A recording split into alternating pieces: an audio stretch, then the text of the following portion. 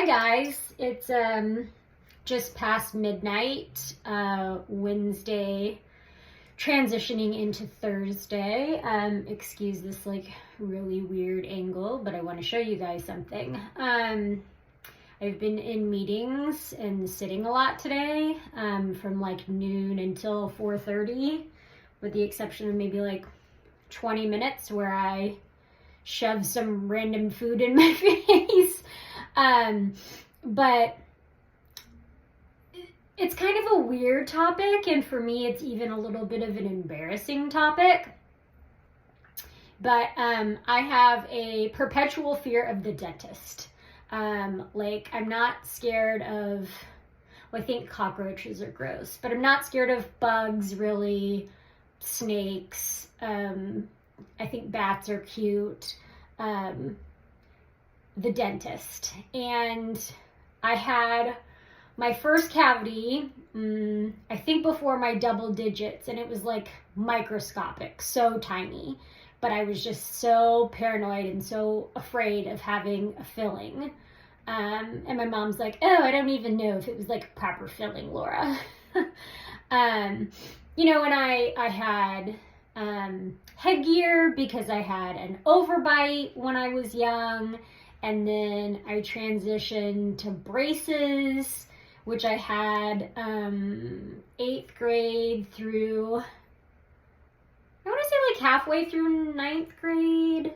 I only had them for like 16 or 18 months. So in the grand scheme of things, hi Emma, I got off pretty easy. But, if you have had braces or headgear or correctional retainers, that like those things can be uncomfortable.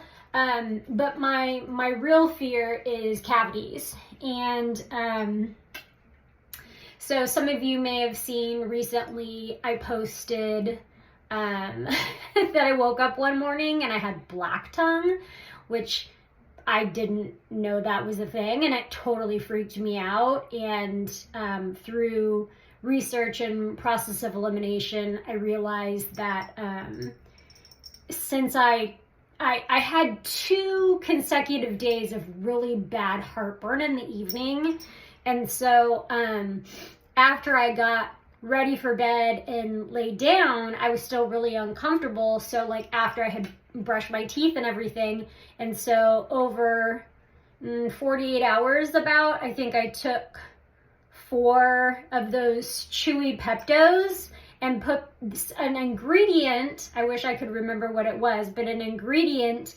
in Pepto-Bismol can give you black tongue. And so thankfully, rinsing my mouth out and brushing my teeth, it virtually went away.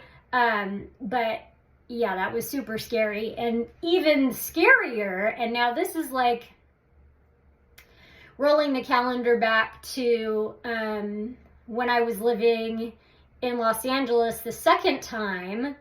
I was still working for the city council. So, anybody that worked for the Los Angeles City Council in the early to mid 2000s probably was not working a 40-hour work week and was working closer to a 55 to 60-hour work week, especially when you had a candidate that was running for citywide office, which I did. Anyway, as my council member was running for this citywide office, I had decided that that's when I was gonna try to go back to school, pursue medicine, and anybody that's friends with me knows that I worked in laboratory science for close to 5 years.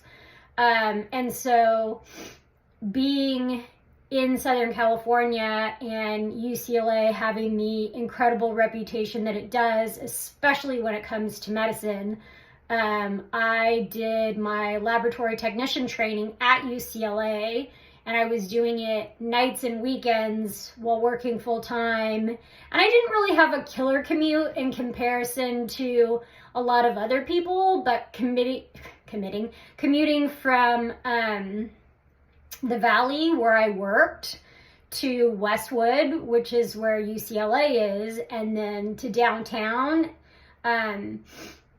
It was a lot, and I really cared about what I was doing a lot.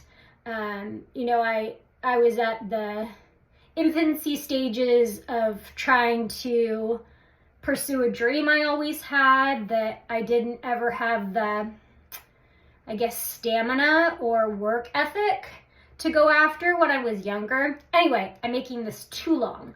I ended up getting trench mouth. Do you guys know what trench mouth is? Some of my older friends or my history buff friends may know, but trench mouth is something that dates back to World War II and is literally a result of oral health neglect. So for example, the guys that were literally in the trenches in World War II didn't necessarily have access to clean water.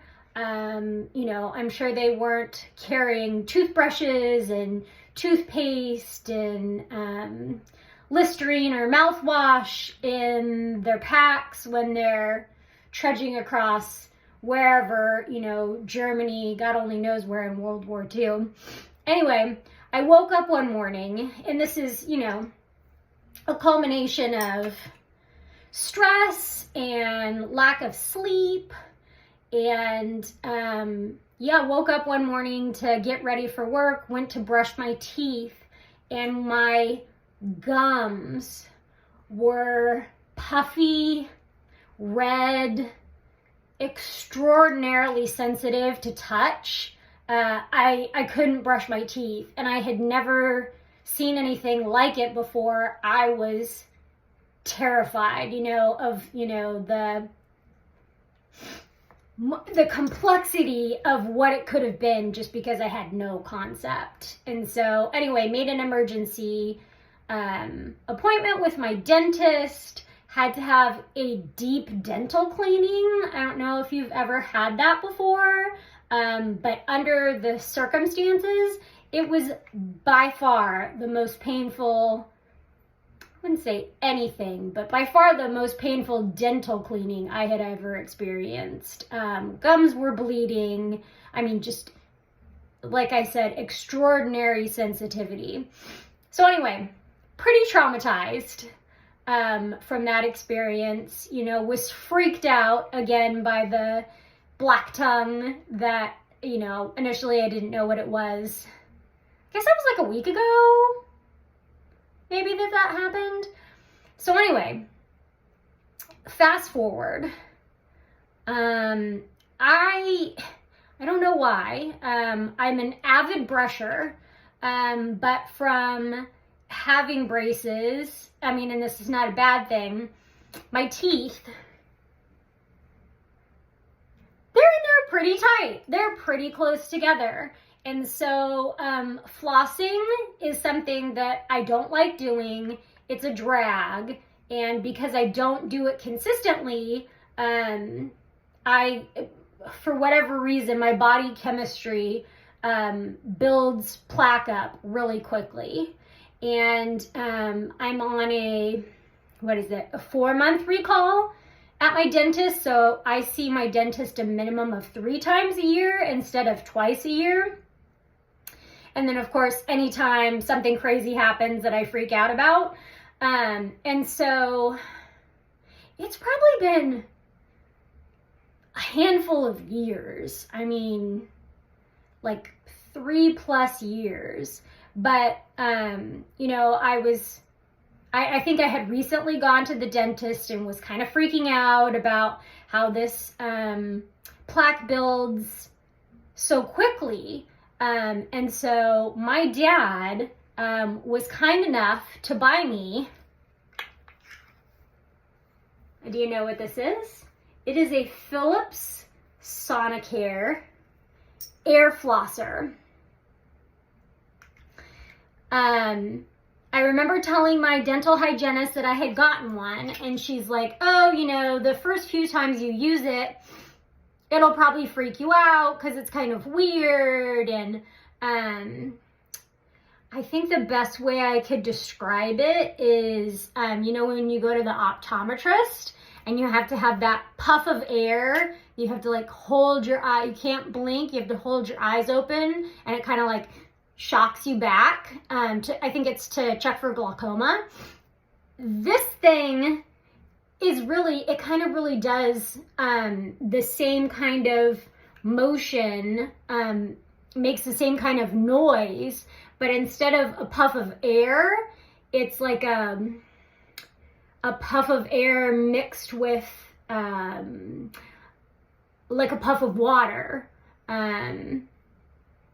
So anyway, I had this sitting on my counter for a unreasonable amount of time, and hadn't used it and was just kind of avoiding it, and not super recently, but fairly recently, excuse me, it's getting late, a few weeks ago, had a dental cleaning, and it didn't go horribly, but as much as I have loved my two dentists that I've had here in Austin, my dentist that I had in LA, I loved him.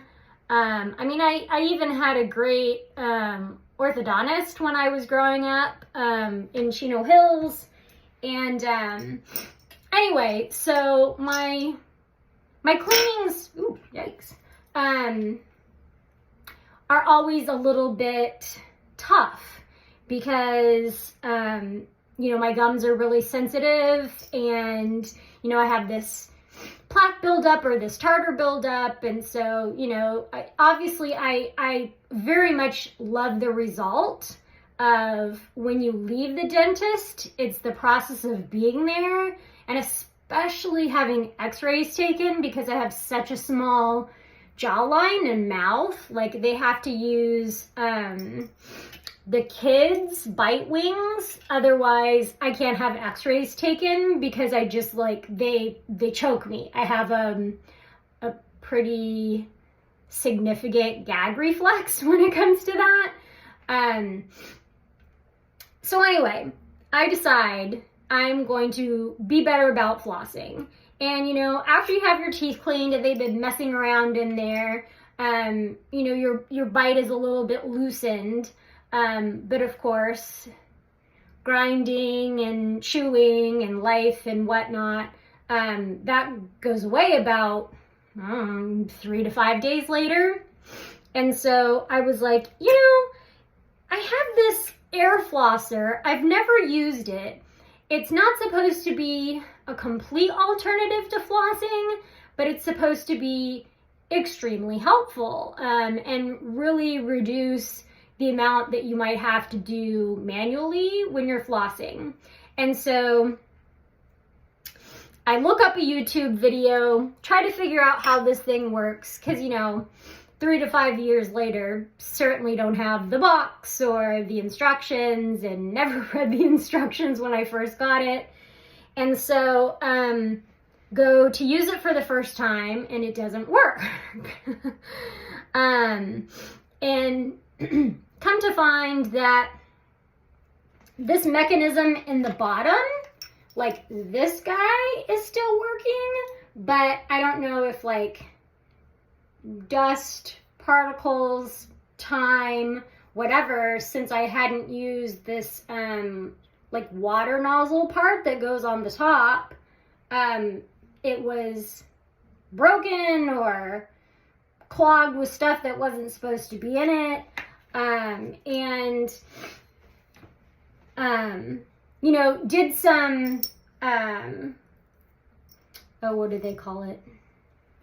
Troubleshooting, like things like running it under warm water and letting it soak, and nothing worked.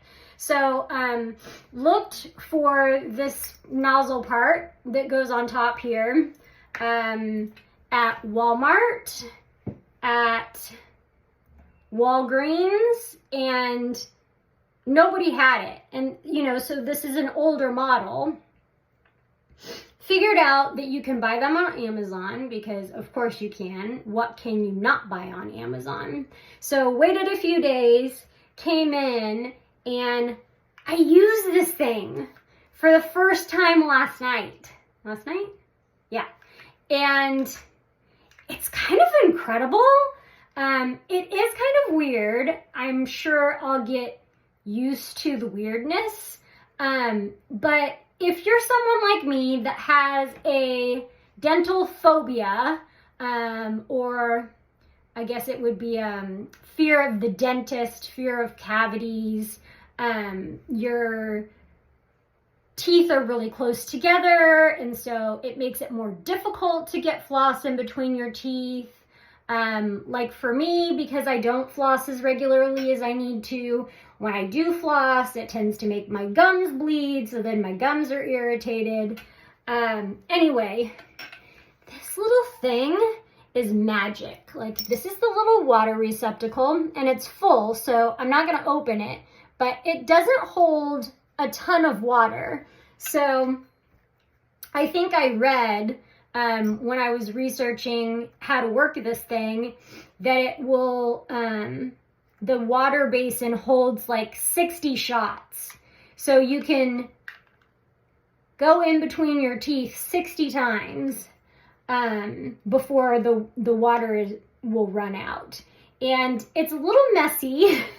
And I don't know if that's because I just haven't like figured out the trick to like not make it the water go everywhere. But I want to like, and I know it'll kind of be hard to see, like I've tried to angle my phone in this like weird place in my bathroom downstairs, which has the best lighting. But I mean, you know, obviously nobody endorses me. I'm just telling you guys about like shit that I like. But if you don't like flossing or have a hard time flossing, try this out. And I know, what's the other one? Waterpik makes one that it looks completely different, but I'm pretty sure does something similar.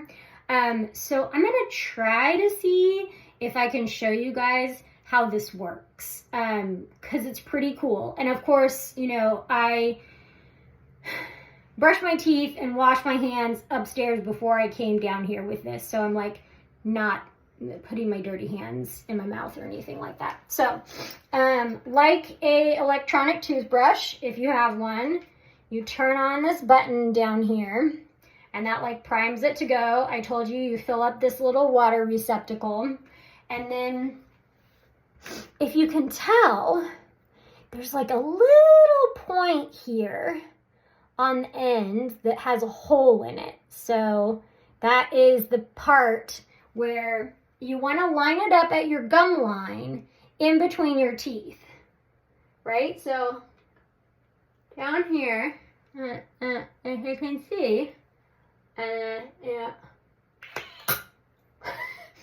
See what I'm talking about? It makes water go everywhere. So that's either, it's just messy or I don't know how to do it yet. But that's what it does. And of course, I wouldn't be able, and you guys probably don't want to see up close to my tooth, to what it looks like now that I've done this.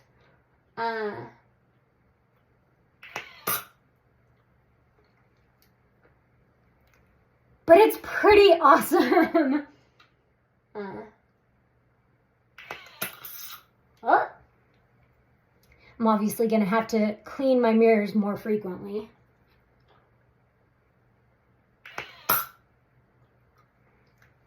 Anyway, this is my technological discovery of the last 2 days. And I just had to share it because I know I can't be the only one that has this dental cavity, teeth cleaning, oral surgery kind of phobia. So yeah, if you experience any of these symptoms like I do, I think they only run like $50 now. So, you know, like not dirt cheap, but not outrageously expensive. Might want to be something you look into. Okay, guys, I'll talk to you soon. Bye.